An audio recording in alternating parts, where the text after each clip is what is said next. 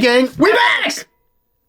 We sure are. We're back to reviewing another Kettlehead beer. This is As Beer Swirls. I'm Dan. That's Mike.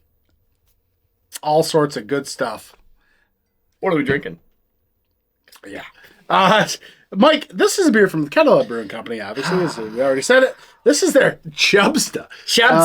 This is their Wee Heavy. I share so many similarities with every name of this beer.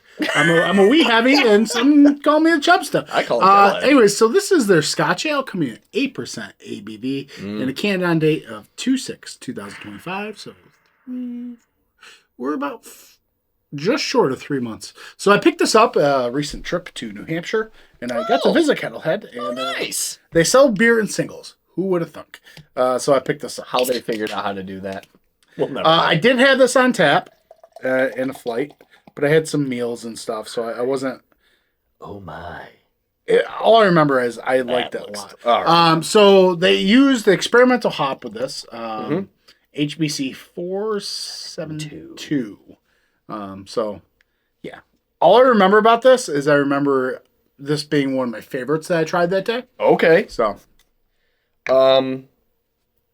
that looks delicious. That is a dark, rich mahogany toffee. Hashtag proper glassware for me. Yeah.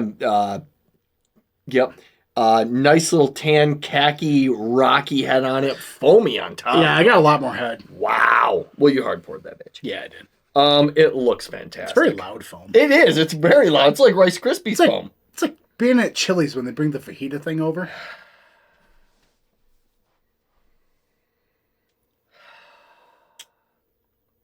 Malt.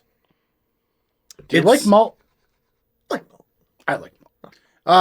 Fun fact, Scotch ales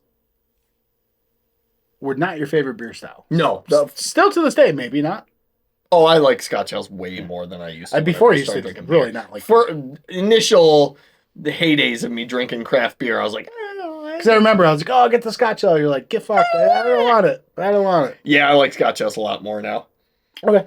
A little subdued on the nose, but all the malty, like, caramel goodness is there, like, waiting to explode. Yeah, it's subdued. Yeah. Oh, but man, there's like... Get set? Yeah, very much so. Cheers.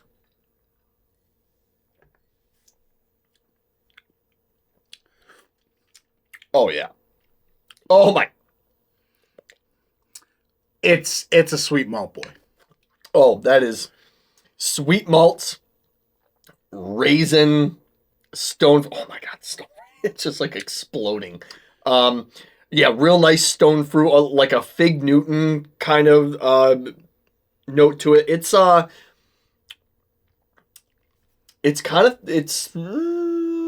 lower side of medium.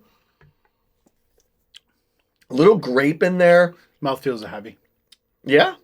I think the mouth feels heavy on the palate. I think it's going to settle in for me. Like, initial sips are like... I mean, the body's thin, but the mouthfeel, I think, is full. Oh, yeah, grape. I can see that. Wow, like nice Concord grape. So I was eating lunch when I was sipping on this, and I had some really nice... it was like beer battered tempura battered, like, onion rings. Mm-hmm. The onion really kind of kicked this up a notch. Oh, I bet. Yeah, a touch of sweetness, vanilla.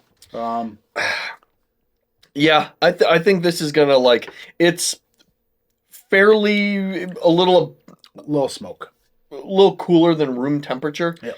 We let this one warm up, but I think that only did it a justice. Yep. A little smoky. Yeah, there's slight hints of it. It's not Keith 93 lumber. Mm-hmm. It's just the name of the game, though, is it's that sweet, figgy, raisiny grape thing. Like, and it does have a touch of that like fruit leather. Yeah, it really does. That's a good pull. Oh man, I like it. It's decent Scotch ale. This is a very good Scotch ale. I would like it to be a little bit more body. Okay, for the ABV. I'm okay with the body on it. I think there's a little bit of carbonation giving it a spritz to it. The ABV, yeah, like for being 8%. But man, this is easily drinkable. Like I keep going back. I'd like a little bit more bitterness too. On the hop break character. Up the fruit notes. Yeah, just maybe? a touch a little bit more bitterness because this has a lot of similarities. Like it's like a distant cousin of an English barley wine with that kind of like all those figgy tones. And stuff like that. Yeah. I can only imagine what a tap pour. So the tap, I will say, like. Are there differences? The tap pour came off a little bit more smokier. Oh, okay. And kind of more oaked. Okay. I would like that because I think this has very subtle hints of like a really fine cigar. Because there's just way in the background of this, at least for me, some smoky notes, maybe that tobacco paper to it. Right. But I feel like if you're saying it came off a lot more like that on the tap, that would make it just absolutely. But again, I was eating food, so I think maybe it accentuated some of that stuff. I'm sure it probably did. You said the food was fantastic. Yeah, so. I had a brisket sandwich, and it was like a slab of brisket. So there was probably some nice smoke in that. It was brisket sandwich with slaw and pickled red onions, and then it had a side of those onion rings. And then a side of fried pickles and kind of the same batter with a house-made buttermilk ranch. It was fabulous. You think Bumpy got a Monte Cristo? Cristo? Yeah. Banging. You think maybe like Kettlehead comes to any local beer festivals, they'll be bringing trays of food as well? JC, what up? Bring some food. What do you rate this one?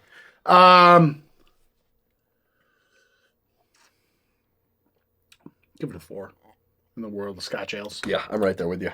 Solid 4. This is delicious. I think as it's settling into, the mouthfeel for me is really starting to weigh down on my palate, and like all those notes are just coating my entire mouth, and the smokiness is starting to come out more. I think as it warms. This is really good. Yeah. All right. Until next time, gang. Glad to have some Kettlehead yet again on the channel. I think we just got a drop in our area too. We did just get a drop. So got some good beers in that drop too. But yeah, shout out to Kettlehead. Cheers.